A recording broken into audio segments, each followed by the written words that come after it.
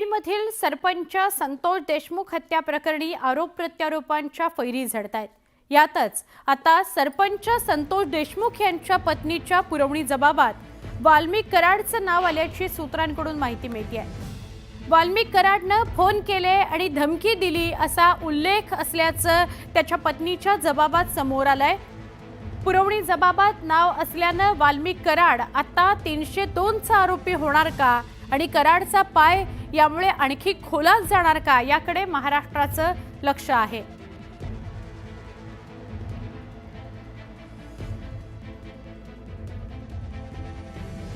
संतोष देशमुख यांच्या हत्येला 35 दिवस झालेले आहेत। माझ्यासोबत त्यांच्या पत्नी आहेत। ताई, प्रशासन तपास करते, आता नेमकी काय मागणी? आज देखील धनंजय भाऊने असं आक्रमक आंदोलन केलं। आमची पहिल्यापासून एकच मागणी आहे, आम्हाला लवकरात लवकर न्याय मिळवून द्या, एवढंच। प्रशासन काय करते नेमकं आणि आता तपास एकंदरीत सुरू आहे, त्या संदर्भात तुम्हाला काय सांगितलं जातं, कल्पना दिली जाते? नाही, काहीच दिली जात नाही, म्हणून तर हे टोकाचं पाऊल उचलले ना धनुभाईंनी। मग काय मागणी असेल? मुख्यमंत्री असतील, इतर सर्वजण जे तपासी यंत्रणा करतायत नेमकं काय?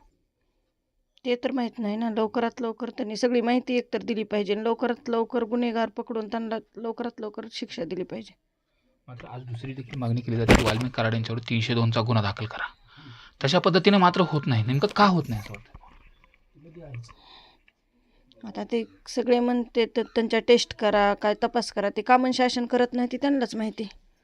ते करून लवकरात लवकर त्यांना आरोपी करायला पाहिजे। अच्छा, तुमचे देखील जबाब घेतले गेल्याचं समजते, नेमकं जबाब घेतलेत का प्रशासनाने? ते कशा पद्धतीने घेतले, नेमकं त्यामध्ये काही राहिले का सांगायचं आणि आणखी परत काही प्रशासनाला विनंती करणार आहेत? सांगायचं काय नाही राहिलं, सांगितलेलं आहे, पण एवढीच विनंती की लवकरात लवकर त्यांनी सगळ्या आरोपींना पकडणे आणि शिक्षा लवकरात लवकर करणे। तुमच्या जबाबामध्ये एक विषय होता की जे सुदर्शन घुले आणि जी 6 तारखेला मारहाणीची घटना घडली होती, त्यानंतर काही जणांनी धमकीसुद्धा दिली होती। त्या धमकी देणाऱ्यापैकी कोण कोण होते नेमकं?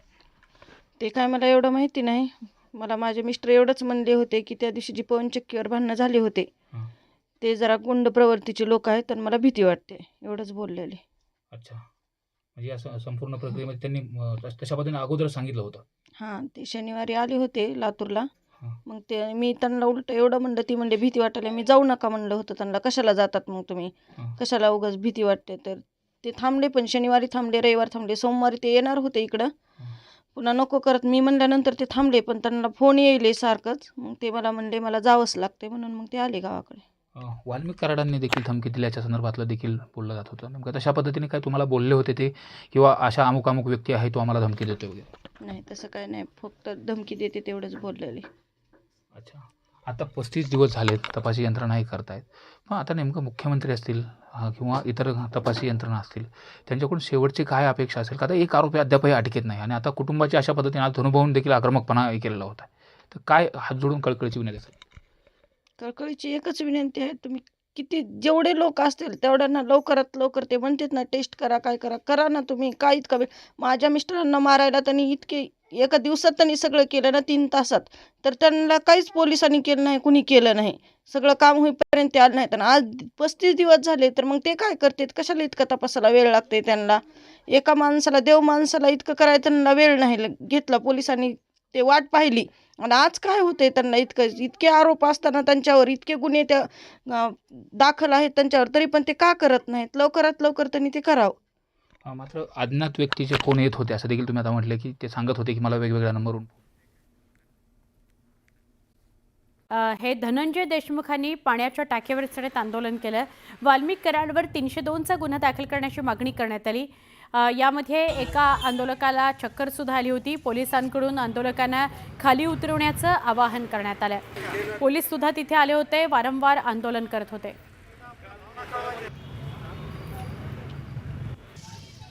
काही तरुण पाण्याच्या टाकीवर चढले आणि वाल्मिक कराडवर 302 चा गुन्हा दाखल करावा अशी मागणी करण्यात आली। त्यातल्या एकाला चक्कर सुद्धा आली। ही धनंजय देशमुखांसंदर्भातली बातमी आहे, तर उस्मानाबादमधून बातमी आहे। उस्मानाबादमध्ये पाण्याच्या टाकीवर चढून आंदोलन केलंय काही तरुणांनी। धाराशिवमध्ये धनंजय देशमुखांच्या समर्थनार्थ काही तरुणांनी हे आंदोलन केलेलं आहे। शहरातील पाण्याच्या टाकीवर तरुणांनी चढून आंदोलन केलंय।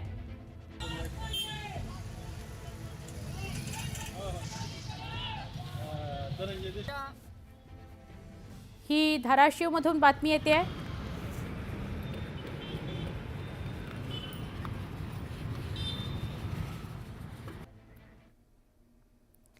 बीडमधील सरपंच संतोष देशमुख हत्या प्रकरणी आरोप प्रत्यारोपांच्या फैरी सुरू आहेत आणि यातच आता सरपंच संतोष देशमुख यांच्या पत्नीच्या पुरवणी जबाबात वाल्मिक कराड यांचं नाव असल्याची सूत्रांकडून माहिती मिळते.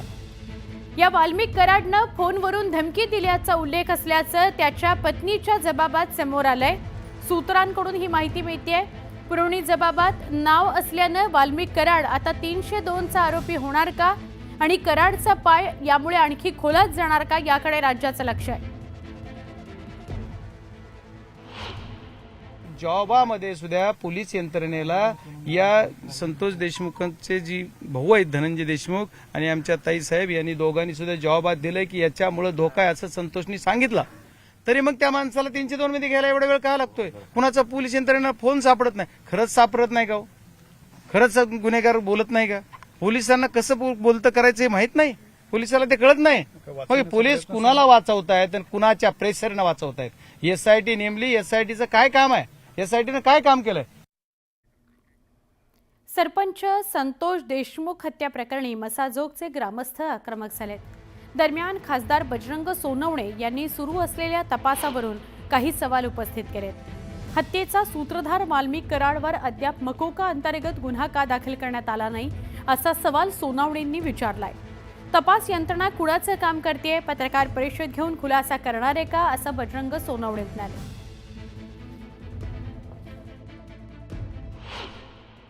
जॉबामध्ये सुद्धा पोलीस यंत्रणेला या संतोष देशमुखांचे जी भाऊ आहेत धनंजय देशमुख आणि आमच्या ताईसाहेब यांनी दोघांनी सुद्धा जॉबात दिलंय की याच्यामुळे धोका आहे असं संतोषनी सांगितलं. तरी मग पोलीस यंत्रणेचे बरेच काही विषय आहेत. मी सर्व बाकी येणारे जे आता मला प्रेस घ्यायची त्याच्यामध्ये बरेच काही मी खुलासे करणार आहे. बऱ्याच काही गोष्टी आणखी उघड करणार आहे.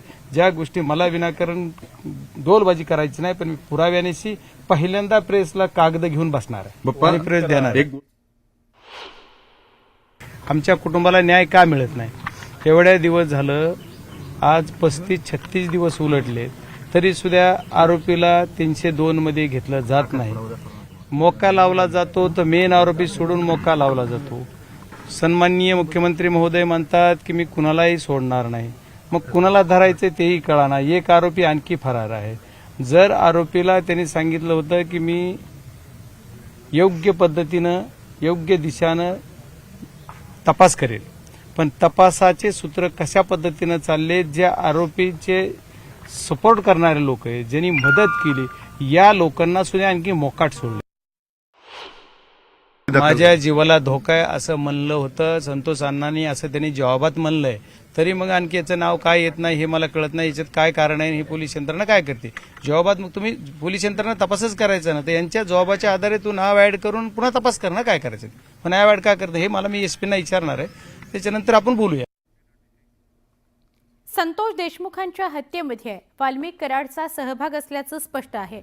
असं असताना वाल्मिक कराडवर मकोका का लावत नाही असा सवाल अंबादास दानवेंनीही सरकारला केला. वाल्मिक कराडला मोका लावत नसतील तर देशमुख कुटुंबियांचा संयमाचा बांध फुटणं साहजिक आहे असं दानवे म्हणाले.